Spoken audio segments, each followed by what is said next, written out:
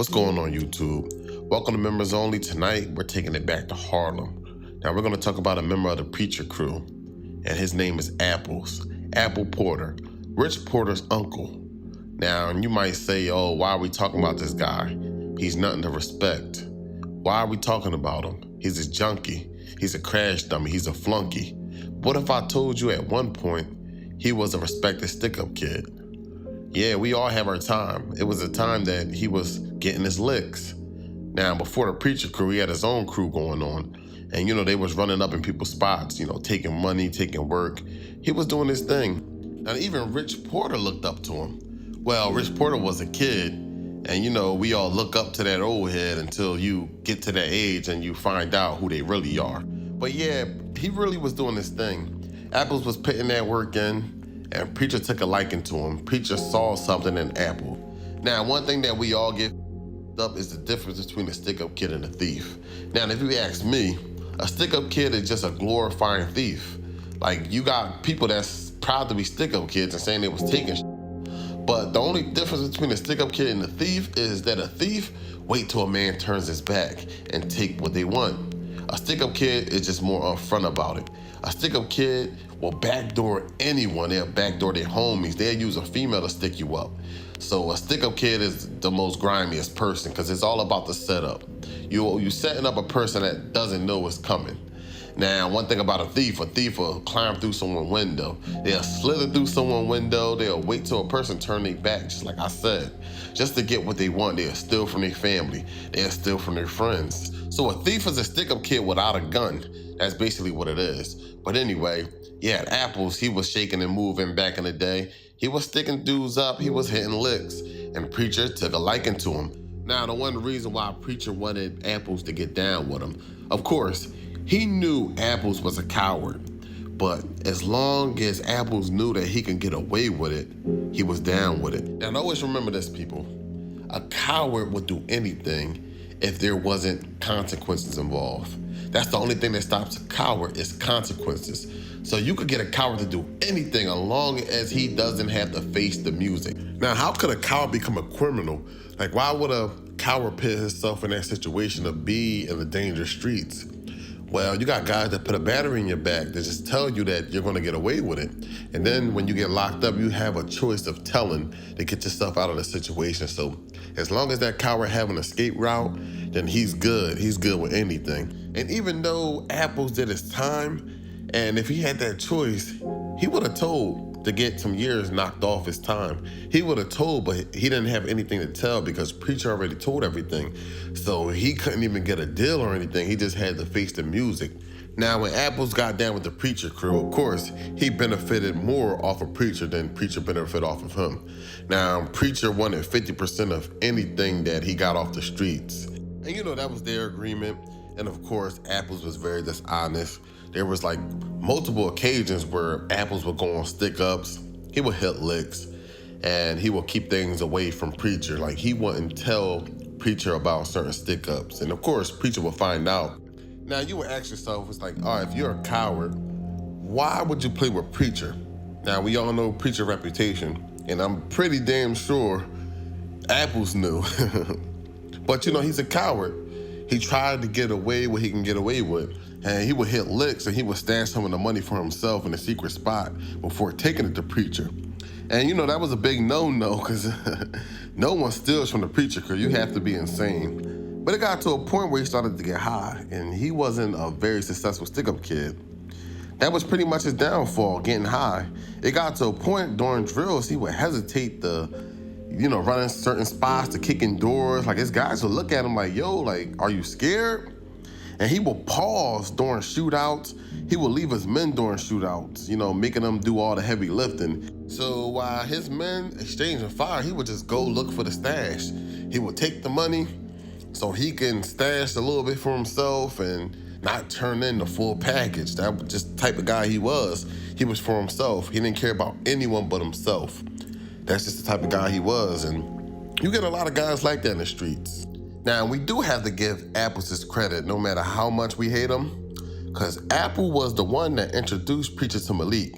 Now, Malik was the one that was really setting the reputation out there for the preacher crew. The crazy things he was doing, man. Malik was on a dishonorable discharge for being so violent. You know, he was in the military and everything. And surprisingly, Malik was under Apple. He was a part of Apple's crew. Now, when Apple noticed Malik was crazy, that's when Apple tried to get away from him. Apple tried to set Malik up before a lick. He gave him a gun that would potentially jam on him before they attempted to hit a lick with some serious people, so the gun was supposed to jam on him, and he was supposed to get Malik out of here. Now, one thing about Malik being who he was, he took the gun home that night, took the gun apart and put it back together so it was ready for use. So he wasn't putting his life in anyone's hands. But here's the kicker. Apples gave Malik the same gun that preacher gave Apples to get rid of. So you already know it was a body or two on that gun. So if I'm Apples, I'm sitting there like, okay, he's gonna get out of here either way. So he either gonna get caught with the gun in traffic by law enforcement, and the gun would have multiple bodies, so he would have to take the fall on that. Or if he would have made it to the lick, you know, they would have probably had a gun battle, and then during the gun battle, the gun would have jammed on him, so that would have got him out of there. So that was a successful lick, thanks to Malik. Malik did all the heavy lifting. He did all the shooting while Apple was ducking and being scared. And he actually left Malik. He took the stash and left Malik, but he made a stop. Before he went to see Preacher, he made a stop. He put a couple of bricks up, and he took a couple of dollars. So, you know, that $100,000 turned into like, what, $70,000. And then, you know, there was a couple of bricks short. I think he took like 10 to 13 bricks for himself. And Apples thought Malik was done. He thought he was dead. And then when he got back, you know, of course, Malik told Preacher how much of the stuff that they recovered. Like he said, look, it was over $100,000 and it was this amount of bricks. So when they asked Apples tried to cover it up and like, oh yeah, I made a stop. I must have left it in my other bag. They put a vicious beating on Apples because they saw it. They saw Apples being shiesty. So they beat him so bad, he ended up breaking his ribs. They ended up breaking the dude's ribs, and they were like, listen, man, you gotta take us to go get that work that you tried to stash on us. So after he got out the hospital, Preacher was like, yo, you gotta take us to that stash to get the rest of the stuff. So, you know, they went back to the crib, and then the stuff wasn't even there. It was a letter that supposedly Rich Porter left saying that, hey, I got those joints that you left in the closet.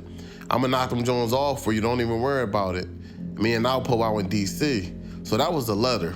Now, me personally, I think Apples wrote the letter himself just to throw things on Rich Porter, but anyway, Preacher was just chilling because he knew they was getting to some money. So they knew Rich Porter and Alpo was getting to some money, so they was like, hey, this is a good extortion move, so they can have that. We're gonna let them rock out with this for a couple of months, and then we're gonna hit them where it hurts. Now, the Preacher crew, they didn't trust Apples to this point. They couldn't trust him. He started to become more of a driver and a lookout. When the guys would go inside the building, he would be outside with the car running. So you gotta ask yourself, why would they keep him around? Well, they kept him around for two reasons. First, he wanted to keep close to Rich Porter as much as possible. And the only way to do that was to keep Apples close. So he was his only way to Rich Porter. That was the easiest way to Rich Porter because he saw the big picture. He wanted to sit there and think of a way to get in Rich Porter pockets. And the second reason was so strategic. The second reason was to keep Apples around because he knew Apples would do anything to get high. So he kept Apples strung out on drugs. And that was the big thing. So when you got a person on drugs, they'll go against anyone. They'll go against the family. They'll go against their morals. So it's very hard to get a junkie to understand the value of morals. So that's one thing that Preacher decided to do. So he kept them high until Apples came up with a strategy so low that it was just unbelievable. Apple came up with a strategy that he would take the little boy and hold him for ransom. And he did brag about the expensive ring that Rich Porter bought the brother. He even said that it was guys on the street that was just plotting on that ring. like on a little boy's ring. Like he was like either 10 or 11. So that was just a sad case of it.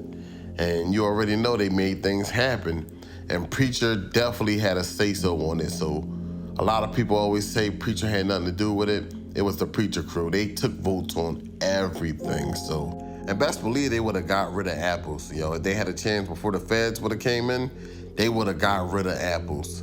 And that's just that, man. But, that's it for now. That's just a short video for the night, man. I appreciate everyone for tuning in. Hit the like button, turn your notifications on. Hit me up in the comments. Let me know where y'all from. And you already know, man, we do this every week. So, y'all stay blessed. Y'all stay safe, man. Stay out the way. Y'all have a good weekend. I'm out.